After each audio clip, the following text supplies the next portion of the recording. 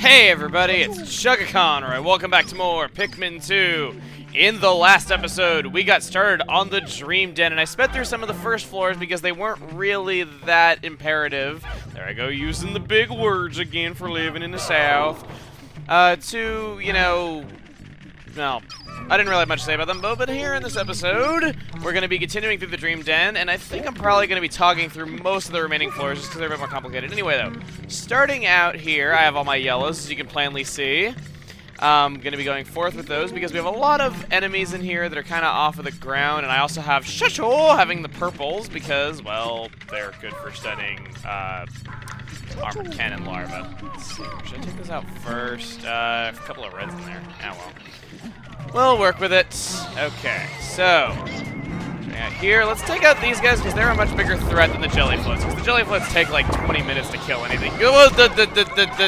So much for saying they weren't a threat. Oh, whoa! Oh god, that was close. I probably should not have lived through that though, but I did. Okay, stop sucking. Oh really? Stop sucking up my Pikmin. Let's use our yellow for this guy. Okay, yeller. Or rather, as a yellow would say, well, look at that guy. He was not. He was like grabbing onto the antennas and yanking on them. All right, and with the death, my battle cry: I am Pikmin. Hear me moo! Haha. Haven't said that since the first game. Kind of a shame they don't go like moo too much in this one. Might have said that in this one. I don't know. All right, so let's see. Anything back here? Doesn't quite look like it. I have to say that treasure is probably my favorite looking treasure in the game. I don't know why. I really like how that treasure looks. It's really nice. I guess one could say I like the art direction of the treasure and how you guys going down the development doing it. Okay, let's see. They got the lesser spotted jelly float. Very nice. And oh, it died such a beautiful death. Those things. Maybe that's why they're endangered species. I know the Piclopedia entry says they're endangered species. Maybe they're endangered because, well, you know, maybe it's the maybe it's just that they look so pretty when they die that people went like on a mass murdering spree to like kill as many as possible just so it would look super pretty. Maybe they're like party decorations, like you kill them and like that would be like a party decoration or something like that. I don't know. Sounds like something sick and twisted that Hokatations would do though. And there's the exit to the floor. Don't want to bust it down quite yet though because I don't want to forget that I have a treasure here.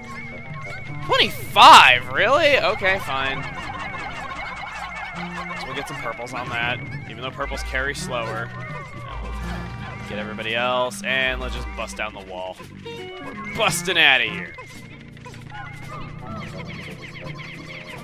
And there we go! I didn't get interrupted this time because I already got my Pikmin on the wall. Yay, the treasure interrupted. Wow, I like how you can see the reflection in there. Future Orb. I gotta say, while I was speeding up last video, it was really sad that I didn't get to like bring attention to like one of my favorite treasure names last video. The apple that we got, it's called the Insect Condo. I friggin' love that name. That is just one of the best names, and sorry, I bumped my mic there for a second. I bet a lot of you guys in the comments were like, hey, it sounds like you were having a jolly good time there. You know, I'm probably gonna get a lot of comments like that. Anyway, let's see here. Sub-level 7. Sven? And we have, wow, this looks like it's going to be an annoying floor with enemies that don't really kill you. We have bumbling snitch bugs and puffy blowhogs everywhere. Yay. I think the next floor in this dungeon is a really, really long, complicated floor, and when we get to that, there's something I want to talk about that I thought was kind of just something that I came to realize like in the past week or so, and like I've really wanted an opportunity to talk about it in a video though, but oh, that guy had a treasure. But I haven't really had the chance at careening the Rigibugs. You know, that's something that people in the comments have been saying. This game only seems to hate me when there's careening Dirigibugs around. Maybe they just hate me for saying their name wrong. It's like, it's not Dirigibug, it's Dirigibug, and like that's the voice I'm going to be giving to bug enemies in this game. Because they need voice acting. Okay, let's see. Over here. And unfortunately, the white flowers with their fast carrying speed are getting slowed down by there being a purple only group, though. But no. It's not like it's that far from base anyway, so let's go ahead and take out the bumbling snitch. I almost called it the burgeoning snitch bug. Okay, let's take him out. Looking over there, and there's the interruption. Knew it wouldn't take long, but there we go. Okay, what's this? Essence of Desire. Desire. Desire. Is that Desire perhaps manufactured by HTC? I don't know. I couldn't really think of much else to say about that though, but... Oh, I have Desire, alright. Desire for you. Considering the 8 different age demographics that watch my videos, I probably should have said that. And those two are gonna troop on through that. I don't know what they're gonna do though, but... You know what, we gotta get our whites. Our whites can just run on through this. Actually, getting reds, or... I don't know, maybe we should get reds as well, because there is a red over there. Maybe he'd want some company. And nah, I won't do it. I'll just run through with the whites, because the whites are a lot faster. Let's go. Let's go, let's go. Okay, bust it down, bust it down, bust it down. Come on, come on, come on, come on, come on, come on, come on, come on. Bang your heads against a rock faster. Your AI needs more brain damage. There we go. The Pikmin brain damage is mightier than the rock. Okay, let's see here. Is this the floor that I'm thinking of? Because if it is the floor I'm thinking of, this would be an opportunity to talk about what it is I wanted to talk about. Alright, sub-level 8. Let's see. I could be like, oh, 7 goes... okay, yes, this is the floor. Okay. This floor takes a real long time. It's basically just dweevils, fire geysers, and electric hazards that you have to bust down and carry the treasures back through it.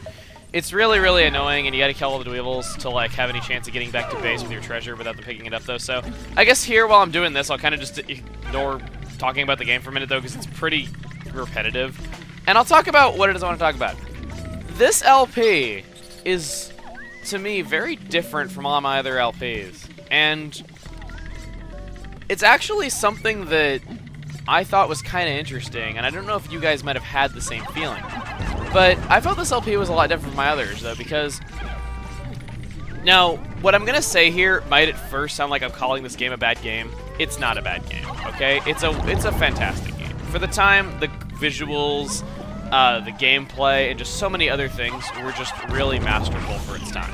I'm not saying that it's a bad game whatsoever. But what I want to say is, all my other LPs, I would talk usually about a game that at least most people had heard of, but maybe didn't play, or maybe didn't really give enough credit, though, because they thought it was a bad game for whatever reason, you know. And that was always my goal, was to kind of have people give games a bit more credit, though, but there would be times where I would kind of cave in and, you know, admit that there were bad things about the game, though. But then usually after I'd play the game through again and commentate over it and get to talk out what I felt about the game and then get your comments, and you guys would tell me, like, why you think this is this way and kind of, like, explain things to me a bit. You know, like, just explain your reason for not thinking it's that bad. Usually, by the end of the series, I would like the game more than when I began doing the LP of it. And I always thought that was really cool. You know, I'd always like the game more and more through doing an LP of it. This game was actually different. This game, when I started doing this, I was pumped, okay? And I'm not saying that, you know, I don't look forward to recording these. That's not it at all. I still like making these videos. I would not be making them if I didn't enjoy it. But I was pumped to do this game because I wanted this game for like 7 years, as I told in the Submerged Castle. This is a game that I just could not wait to own. And when I finally had a copy, I was so overjoyed. My first full playthrough of it since age 14, I was just so, for lack of an NCS reference, happy that I could finally play through it again. And it was really magical. I really liked it a lot. But then, as I started practicing it more for the LP, and as I started doing the LP and got talking about the game, this LP has actually made me like this game less. And, like I said, not that it's a bad game. I think that the thing is that because this game eluded me for 7 years, and because I just wanted it that badly and didn't have it for so long because it was a sequel to a game I really liked, I think that my childhood memories of the game were glamorized. You know, like, I thought the game was better than it actually was just because I didn't have it. And I will say that now, even though I do like this game, and there are some things about it, though, that I... Get up here! What are you guys doing? Okay, that was weird. Anyway, even though I like this game a lot still, and there are some things about it that I appreciate a bit more after this LP, I will say, I think Pikmin 1 is the superior game now, which is kind of odd to hear. And I will say that I think the Wii version of Pikmin 1 is the best Pikmin game you can buy right now, because it had that whole time traveling thing though, so if like you didn't like the whole fact that the game was based on time and had a time limit, you didn't have to worry about it.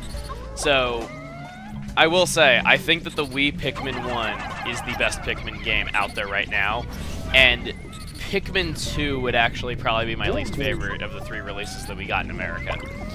You know, between Wii and GameCube Pikmin 1 and then this.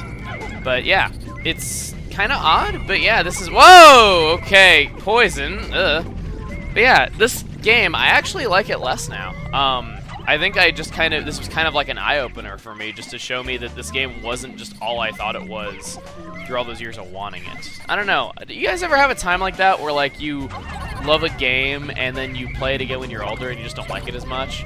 Because, like, and, like, cause you see more flaws in it now that you're an adult. My main issues with this were, I thought the randomly generating dungeons were fine at first, but over time, through my practices, I've had 2 times now. I had another time where I had it give me an impossible layout. I had it put the exit of a floor behind a wall. And that's happened to me twice while practicing for this, where I've gotten an impossible layout. Because I told you the other one where I put a treasure in an impossible to reach place. And I've had other times where sometimes the difficulty is really easy for an entire playthrough, and other times it's just a jerk. And that comes from the random nature of the game. And on top of that, I've also noticed that the enemies in this game are a joke. And more often than not, it's the hazards that kill me. And it's not really the enemies at all. I mean, heck,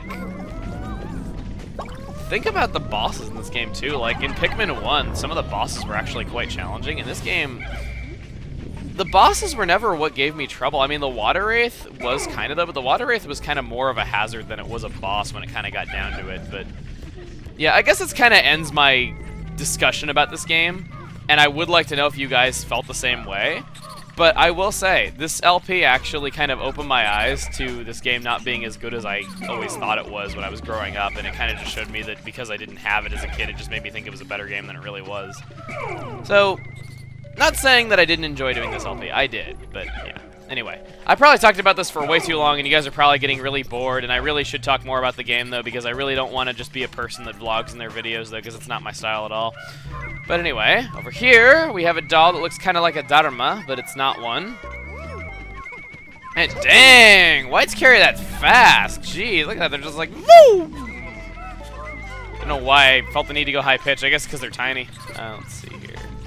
And fine, you can have fun mocking that antenna beetle. You could just be like, oh, look at me, I'm an antenna beetle. I have the same voice as the president of the company. And 30 Pikmin, are you kidding? Man, this thing has one of my favorite treasure names, too. Alright, so, toss a purple up there, I guess. You know what, 2 purples. Friggin' own this thing. Right after we get interrupted. And this is... Extreme Perspirator. I'm gonna perspirate you. I don't know. Okay, let's see. So yeah, we're coming down to the end of this game, guys. I really... we did have that one delay for like a week in the middle of it because I was at PAX, but... It's actually kind of funny. I always get people that are like, did you die and all that? And it's like I'm clearly posting on my Facebook and Twitter throughout the entire week. And I guess not everyone reads that, though, so I can't really blame people for that. I mean, you know, I don't mind. But, yeah. I think I was pretty good about updating through this. I didn't think it was like Okami where I got sick 3 times in one series, and the finale took 6 days longer to make than I expected. But, yeah, just, I think I was pretty good about updating through the series aside from that 1 week delay there, though, but yeah. Anyway, are they ever going to get back with that thing? Come on. 5,228, 5,229, 5,230, 5,231, 5,200. There we go! So, they finally got back. And now, I like the name of this one a lot. Possessed Squash. This game just has the coolest names for stuff. Now, I guess, now that we're back onto this, and I'm just going down into another floor, I could say the biggest reason why I think this game is not as good as the first one, and it was actually a viewer that pointed this out to me, and whoever this was, I don't remember their name. I thank you so much for pointing this out. And by the way, we are on a Nirvana floor, but anyway. I'm saying but anyway a lot. I gotta stop that. Okay. So, there I go saying okay so in its place. This game, why I think it's not as good as the first one, the biggest reason. The first one, Olimar had a ton of character development. And his character development, he would change depending on what you'd done. And ooh, Doodlebug! Okay, we gotta hit that. He would change depending on what you would do. Like, if you accidentally blew up your own Pikmin, he would be horrified at his journal entry at the end of the day. And he would have just a bunch of character developments. And he felt like a real character. He was probably the deepest character I'd seen in a Nintendo game. And that really just jumped out to me, how deep of a character he was. And how, you know, he's always talking about, like, you know, will I ever see my family again? Will I ever get a life?